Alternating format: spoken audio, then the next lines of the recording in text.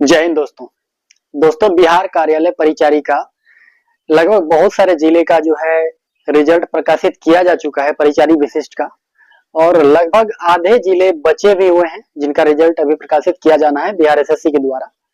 तो जो अभ्यर्थी इसमें अंतिम रूप से चयनित हुए हैं, अब उसके मन में पहले तो रिजल्ट को लेकर खुलदुली थी, अब उसके मन में खुलदुली ये है कि उसका ज्वाइनिंग प्रोसेस किस आधार पे होगा, क्या क्या डॉक्यूमेंट्स लगेंगे और डॉक्यूमेंट किस किस स्तर का बना के देना होगा, जो अब जिला मुख्यालय में जिला स्थापना शाखा में जाके इन लोगों को अपना ज्वाइनिंग जो है कराना होगा, योगदान कराने होंगे।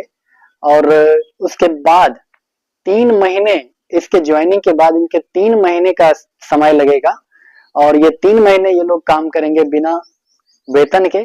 3 महीने के बाद इन लोगों को वेतन मुहैया कराई जाएगी सरकार के द्वारा। वो क्यों, वो भी मैं आगे बताऊंगा। तो अभी जिन लोगों का रिजल्ट फाइनल हो गया है, जिस जिले का रिजल्ट फाइनल हो गया है, जो जो लोग इसमें पास किए हैं उनको शुभकामनाएं। और आपको जो जो डॉक्यूमेंट बनवाने हैं, मैं उन डॉक्यूमेंट की सारी लिस्ट अभी बताऊंगा। विगत कुछ माह पहले सारण जिले का रिजल्ट प्रकाशित किया गया था, उसमें ये दिशा निर्देश दिया गया था अभ्यर्थियों को कि आपके पास इतने डॉक्यूमेंट होने चाहिए ज्वाइनिंग के लिए। जो पटना में आपका डॉक्यूमेंट लग गया है उसके ऊपर नहीं जाना है, अब जिला में जो डॉक्यूमेंट लगेगा उसके ऊपर में बात करेंगे, उसके रिगार्डिंग बातचीत होगी। ड्यू टू अपॉइंटमेंट प्रोसेस स्थापना शाखा जो आपके जिला होगा वहां पे क्या क्या डॉक्यूमेंट लगेगा, आइए मैं एक पीडीएफ के माध्यम से आपको बताने का प्रयास कर रहा हूँ।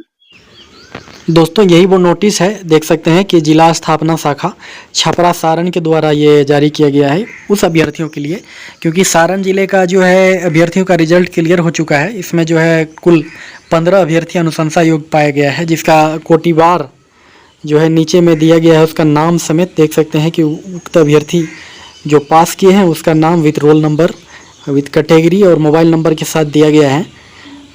इसमें आप देख सकते हैं कि इन लोगों के ज्वाइनिंग के प्रक्रिया को भी इसमें अंकित किया है।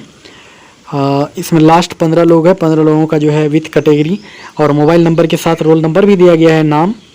और इसमें कहा है कि सचिव बिहार कर्मचारी चयन आयोग पटना के पत्रांक संख्या इतना 18/3/2025 द्वारा दिए गए निर्देश के आलोक में मूल प्रमाण पत्रों के जांचों उपरांत संतुष्ट होने के पश्चात ही औपबंधिक रूप से नियुक्ति पत्र निर्गत की जाएगी तथा योगदान की पश्चात 3 महीने के अंदर प्रमाण पत्रों का सत्यापन कराकर ही नियुक्ति पत्र की जानी है। कहने का मतलब यहाँ पे थोड़ा सा टाइपिंग मिस्टेक हुआ है। इसका मतलब ये हुआ कि औपबंधिक रूप से नियुक्ति पत्र निर्गत की जाएगी, सारा मूल प्रमाण पत्र जांच के उपरांत जो है संतुष्ट होने के बाद, जब विभाग संतुष्ट हो जाएगी कि आप पूरी तरह से सही हैं, तो आपको एक नियुक्ति पत्र दिया जाएगा।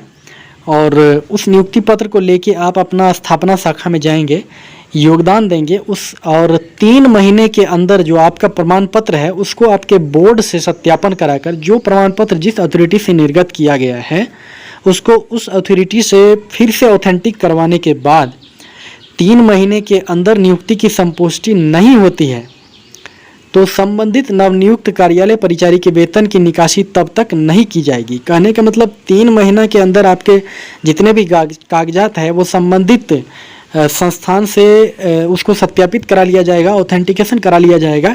अगर वो पूरी तरह से ठीक पाई जाएगी तो आपका नियुक्ति वहाँ से वैध माना जाएगा और आप जो 3 महीने काम किए हैं या 3 महीना जो आप अपॉइंटमेंट किए हैं तो इसका वेतन आपको उसके बाद भुगतान कर दिया जाएगा।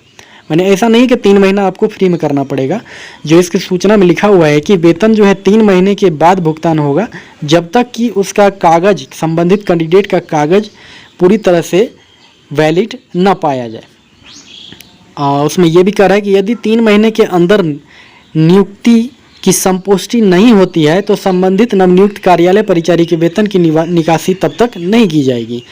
जब सारा डॉक्यूमेंट सही पाया गया है, बोर्ड के द्वारा भी है, तो ऐसी कोई बात नहीं है कि आपकी संपुष्टि नहीं होगी। 3 महीने से पहले ही संपुष्टि पूर्ण हो जाएगी, क्योंकि इतने सारे जांच के बाद हमें नहीं लगता है कि कोई फर्जी अभ्यर्थी वहां तक पहुंचे होंगे।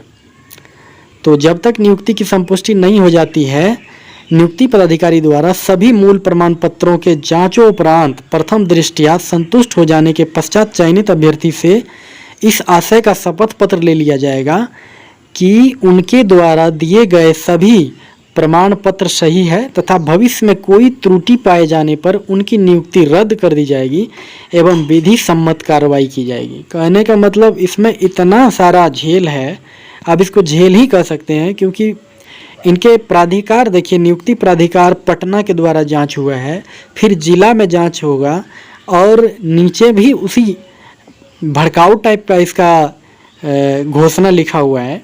ऐसा लगता है कि ये भीख में जो है ज्वाइनिंग दे रहा है सभी कार्यालय परिचारी अभ्यर्थी का। इसको थोड़ी सी भी शर्म नाम की चीज़ नहीं है कि जो लोग इतना मेहनत करके एग्ज़ाम क्वालिफाई करके यहाँ तक आए हैं उसके लिए इतना सारा टर्म ऑफ कंडीशन है। आपको लगता है कि कोई इस टर्म ऑफ कंडीशन में पीछे रहेगा? सारा डॉक्यूमेंट लोगों का जो है वैलिड है, किसी का गलत नहीं है।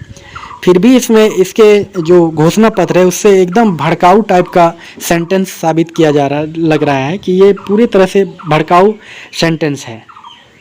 फिर देखिए अब क्या कीजिएगा, जो हो रहा है उसको होने दीजिए। खामोशी से आप लोग अपना अपॉइंटमेंट क्लियर करवाइए पहले।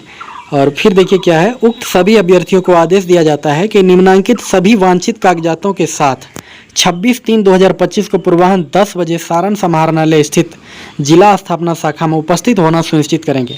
हालांकि ये लोग अब अपॉइंटमेंट अपना करवाए या नहीं इस बात का पुष्टि मैं नहीं करता, पर इसमें आप देख सकते हैं कि क्या क्या कागजात जो है लेके आने के लिए बोला है जिला स्थापना शाखा के द्वारा। 1 नंबर में कह रहा है कि बिहार कर्मचारी चयन आयोग पटना द्वारा निर्गत परीक्षा का प्रवेश पत्र, जो आप लोग CBT माफ़ कीजिएगा, जो आप लोग OMR टेस्ट दिए थे पटना में, वो उसका ओरिजिनल पेपर मांग रहा है, एडमिट कार्ड। दूसरा में कह रहा है पहचान पत्र मूल के साथ छाया प्रति, मैंने सबका डॉक्यूमेंट का जो है मूल प्रति के साथ छाया प्रति होना अनिवार्य है। पहचान पत्र में आपका आधार कार्ड हो सकता है, पैन कार्ड हो सकता है, पासपोर्ट हो सकता है, चालक अनुज्ञप्ति यानी कि ड्राइविंग लाइसेंस हो सकता है, और शैक्षणिक प्रमाण पत्रों की मूल प्रति के साथ छाया प्रति जिसमें मैट्रिक एवं इंटर शामिल है। जिसके पास ग्रेजुएशन है वो अपना ग्रेजुएशन वाला भी ले जाएंगे, क्योंकि ये आपको बाद में जो है आगे काम आएगा। आवासीय प्रमाण पत्र की मूल प्रति के साथ छाया प्रति होना चाहिए। आवासीय जो आप वहाँ दिए थे जिला माफ़ कीजिएगा पटना में BSSC कार्यालय में, वो भी चलेगा, और नया भी हो सके तो बनवा लीजिए। जाति प्रमाण पत्र क्रीमी लेयर रहित प्रमाण पत्र की छाया प्रति भी होना चाहिए। जाति प्रमाण पत्र तो होना चाहिए, जिसको NCL लगता है OBC कैटेगरी के अभ्यर्थी वो अपना क्रीमी लेयर रहित प्रमाण पत्र की छाया प्रति ले लेंगे।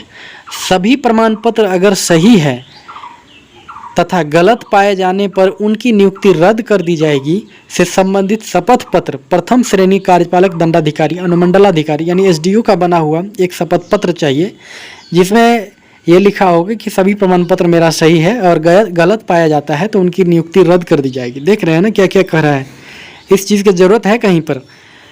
खैर छोड़िए। 7 नंबर में देखिए, न्यायालय में किसी भी प्रकार का मुकदमा लंबित नहीं रहने का शपथ पत्र मूल में होना चाहिए। कहने का मतलब न्यायालय से तो आपका शपथ पत्र 2 चाहिए। एक ये कि आपके ऊपर कोई कानूनी कार्रवाई या कोई केस मुकदमा नहीं है, न्यायालय में कोई भी आपके ऊपर मामला जो है लंबित नहीं है।